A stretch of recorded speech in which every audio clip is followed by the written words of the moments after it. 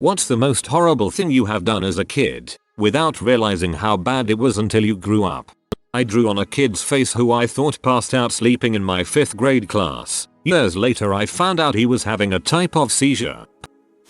When I was 8, I played with the neighbors who were 16 and 17. The older boy antagonized me during our super soaker fight to the point where rocks were being thrown. I don't remember what drove me to throw handfuls of rocks aimlessly, but the neighbors stood there tossing one at a time accurately. Eventually he hit me straight in the dome and I ran home crying. This part is blurry. I walk into the bathroom crying, plotting my revenge, unzip my pants and fill up my super soaker with all the fury I had in my tiny unit. I walk outside with a mix of rage and confidence thinking I'm going to blast this bee and get him back for what he's done to me. Meanwhile he is getting scolded by his parents, and at an attempt of good faith, he sees me with my water gun and walks outside with his mouth gaping open to accept my revenge. I pee in his mouth via super soaker, the priceless look of realization, and the words I'll never forget. Pee. He shot me with pee. I ran home and hid.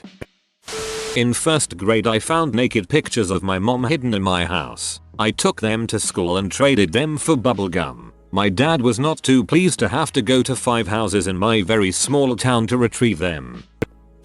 I used to ride the bus home and hated the bus driver. She would always yell at me for turning around and talking. One day when my brother wasn't there I told my mum that the bus driver wouldn't stop at my normal stop and made me walk an extra mile-ish. I just wanted to get her into trouble and my 5-year-old self didn't see the big deal. She got suspended and transferred. I am in butthole.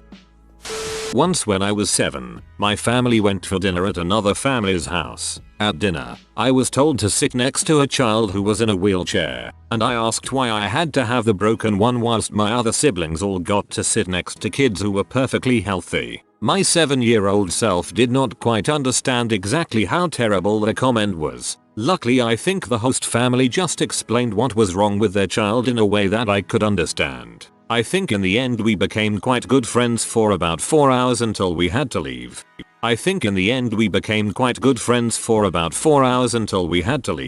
That really sums up a huge amount about being a child to me. Brings me back. I used to take rides from strangers. All the time. I had a few close calls and I am as amazed as anyone that I am still alive. When I was 3 or 4, I thought my goldfish were unable to sleep because they were always swimming, so I took them out of the fish tank, laid them on my pillow, and tucked them in. Eventually my mom came in the room and frantically put them back into the water. Out of the 7 or so, roughly half survived. Sorry fish. Fed my twin siblings, 3 years old at the time, aspirins. Each one took about 10 of them. They both had to be hospitalized. I was 5. This isn't your fault. Any medication, no matter what it is, should be kept far away from young children. When I was really little, like 3 or so, I knew 2 things were bad: being naked and flipping the bird. After every bath before my parents could dry me off I would run full speed through the house naked with both middle fingers flying. I'm such a square now. You peaked too early. I used to call my grandma grams, which I then changed to grams of fat hearing that phrase on TV. I never saw how that could have been offensive until a few years later. I had this dog when I was younger. She was my absolute best friend. I was that kinda kid who hung out with her dog all the time. We had adventures together. We traveled to mysterious places in our backyard together. We even spooned and slept on the living room floor. So when I was around 5 to 7 years old I took this bonding thing a little too far. And not like that before anyone supposes something. We kept her as an indoor-outdoor dog. She would use newspaper to go to the bathroom when she was inside. I began to want to bond with her so much I would crap and pee on the newspaper with her. I loved her and wanted to see the world through her eyes. So after months of this my grandmother one day asks me about it. She was living with us at the time and asked me essentially if I was crapping and pee alongside our dog. I lied and said no. However, I then in that moment realized my grandmother was the one responsible for picking up said newspapers. Only now do I realize I allowed my grandmother to pick up my dogs and my number 1s and number 2s for months upon months. And now you have to clean up her old person diapers while she silently mutters about karma. Fruit Nation. In middle school, my friends and I would save all of our fruit until it was time to leave lunch. Then, as the stampede rushed past, we would drop all of our fruit on the ground where it would be smashed and smeared everywhere. This went on for months. We were never caught. Those poor janitors. Similar thing. Friends and I would save our fruit until everyone was shuffling down the halls after lunch, then hurl them into the crowd. My parents used to keep a small tub of Vaseline in their nightstand that I assumed was just meant for chapped lips. So I regularly would walk into their room, scoop some out with my finger and apply to my unknowing mouth. Just hope they never double dipped. Once I played in the drawer of my parents' razors in their bathroom. My mom walked in and found my hands covered in blood. Also in preschool, I had a dream that one of my friends punched my on picture day, and the day after I came home and told my mom this. She contacted the school and we had a sit down with the principal and my friend and our moms. My friend kept denying he hit me, but I insisted. During this meeting I realized it was a dream, but I never said anything. Once I played in the drawer of my parents' razors in their bathroom. My mom walked in and found my hands covered in blood. I also tried to shave my mustache, but the smart kid I am, I moved the blade sideways, ending up cutting nice vertical horizontal wound under my nose. I put a nail in the middle of the road because I thought cars should be on one side or the other. I sat there and watched it for an hour. Some guy in a company truck popped his tire on it and then I went inside. I used to put apples all over the road to see them get smashed by the cars. Not really dangerous I guess, but still fun to watch.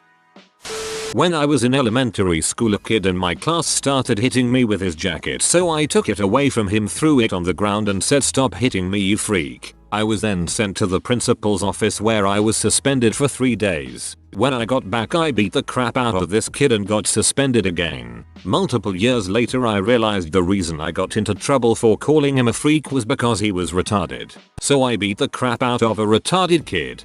If they really just suspended you and never explained to you in simple terms that the kid didn't know what he was doing and there are better ways to handle the situation with him, that's really bad mentoring. I don't study education, but I would think any person with a bachelor's in education would be trained on how to handle situations like that.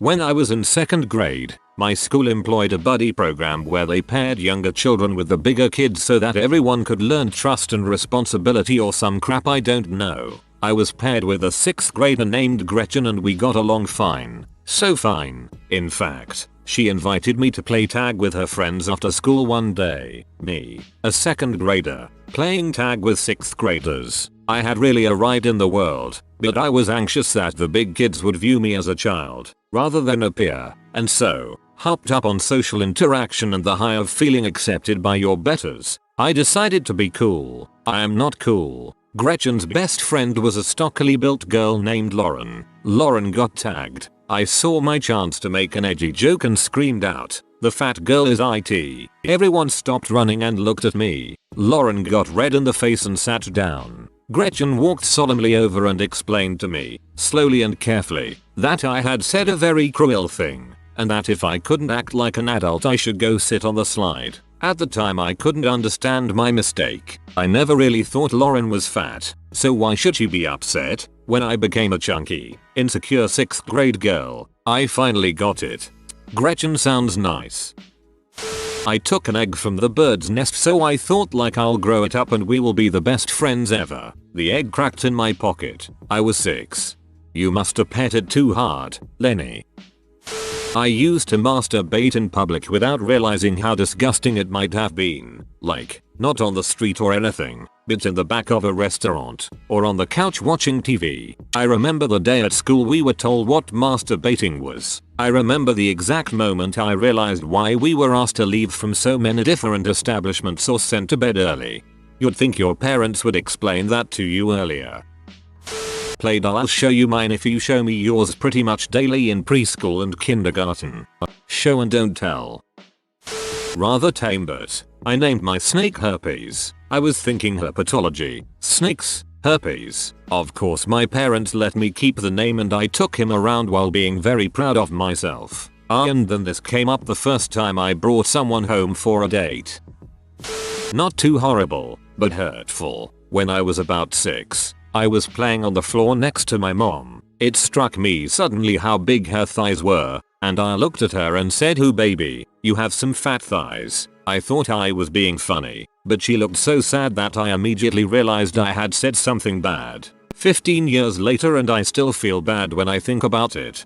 Once my mother was coming out of the shower with wet hair and I asked her, "Mommy, you look like a monster without makeup." I also told my grandmother that she needs to iron her neck when I was 7. When I was in either kindergarten or first grade, I touched a kid's penis on the bus in exchange for his Spiderman gummies. I was hungry and those were some dang good gummies. Shrugs sounds like a fair trade to me. I used to play throw everything at the cars without being caught with my friends. I was quite of an butthole and I regret a lot of things I have done during my childhood. I walked into the kitchen after seeing a commercial and asked my mom if my face was the face of erectile dysfunction, referencing a commercial I had just seen. She told me never to say it again. That is freaking hilarious. When I was about 8, I saw my friend's dad kissing my other friend's mom. My friend's dad was married. I asked my friend why her dad was always at my other friend's house. She asked her mom the same question. They got a divorce. You really shouldn't feel bad about that. We used to make fun of a kid in my grade school who smelled and was held back a couple years. He didn't do anything wrong. He was just different. Feels terrible now. Ran into him a few years back and he was a friendly, good guy. Although he never did well in school, he picked up a trade and he's a mechanic now. This girl I went to school with in 8th grade smelled and the girls used to talk about it in the locker room and we were relentless. We wouldn't go near her. Then my junior year of high school I saw her at the homeless shelter. My dad was putting up some signs there and dragged me along, hoping I'd learn something. I sure as heck did. My cat scratched me, so I punished it by locking it in my bedroom drawer all day just like my mum grounded me to my room if I was naughty. Realized a few years later that it wasn't quite the same. The cat was fine BTW. If you did the same thing with a dog, it would love you even more after you set it free from its prison. It wouldn't remember that you put it in there in the first place. Playing mechanic with my female neighbor. We were 5 at the time, and I would get on my back and look up her skirt so I could repair her car. I hope she doesn't remember. Starting early, I see. My sister was diagnosed with cancer and we used to go to the hospital every day to see her. I was young and didn't fully understand the concept of cancer and what could happen. She ended up losing her leg and came to stay at the house to visit. I was with a friend and wanted to go to his house but my parents wouldn't let me and I got mad. I hate talking about this, but I started making fun of her. The chemo had made her lose all her hair so I called her a bald-headed biscuit. She ended up passing away not soon after. To this day I regret it and pray every day that she was here so I could apologize. I love you sis, I'm sorry. Working with children, everyone has different coping mechanisms. A lot of children of siblings with cancer feel neglected as they are getting more attention. You acted like any typical young child will do in this case. I've seen it happen a lot. I begged my mom to pay for acting classes so I could be the next Disney Channel star. She, a young single mother in medical school, paid $4,000 for the classes. After 1 month I start complaining and decide I don't want to go to the next 2 months of classes. I really wish I could slap my bratty 11-year-old self and tell her to be more freaking grateful for everything her mother sacrifices for her. Also, it probably would have been nice for my mom to get 3 hours to herself a week. To think, you could have been Hannah Montana. I lugged around a copy of Mein Kampf in middle school because I thought it made me look well read. And now you know why you failed Mr. Goldberg's class that year. When I was about 9, I was playing with matches in an open field and the field caught fire. 2 nearby houses burnt down. Nobody was hurt, thank God. I just hid in my room and heard sirens screaming and everything. When the neighbors and mom started talking about what a tragedy, all I could do was nod and agree with focused emphasis. My friends and I used to shoot Roman candles at random people that were walking down the sidewalk.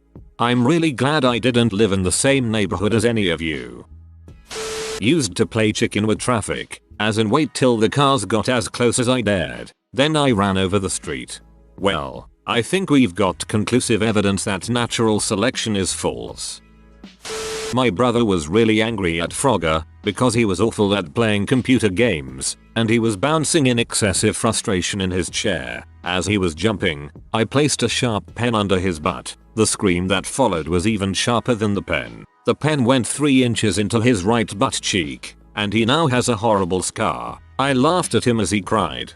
This really made me hate you. I was 11 years old. During a holiday I met this girl and we kinda liked each other. So this girl and I were playing on a playground. All very innocent. We kinda flirted with each other. Flirted how 11-year-olds do. We decided to go on the seesaw. Apparently I was a bit heavier so she got stuck up in the air. In all my wisdom I decided to quickly get off to scare her. She crashed down, broke her arm. I remember the screaming and seeing a bone stick out. I panicked and did what every great guy boy does. I ran. Never saw her again.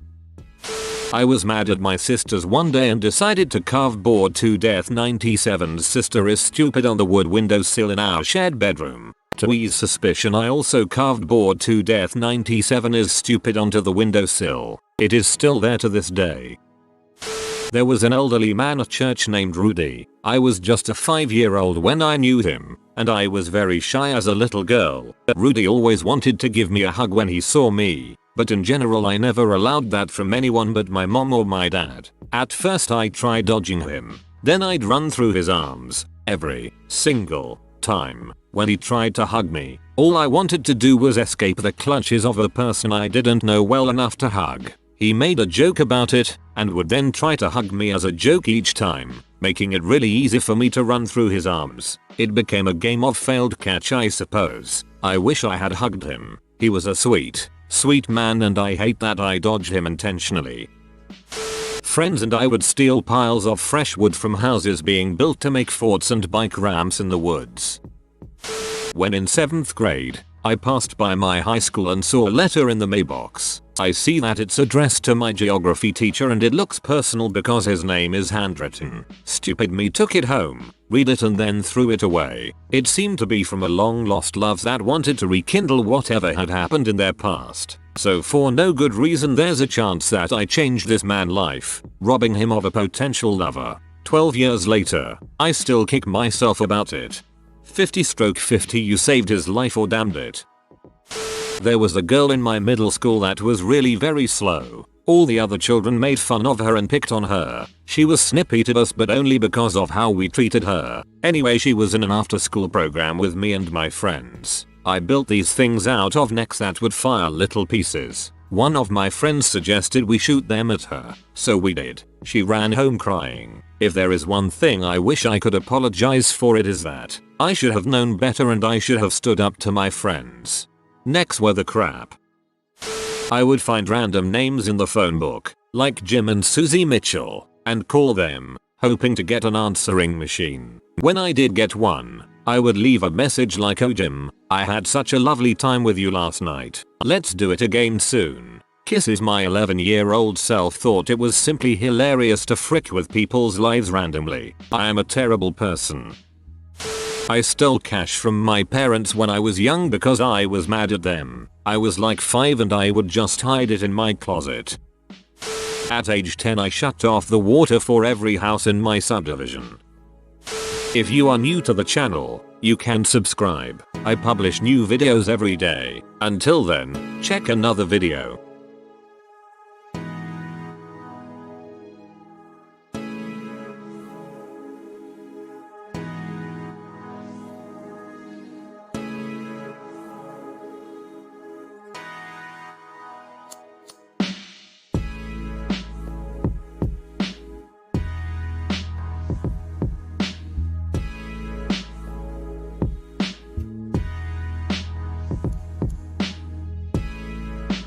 Bye for now.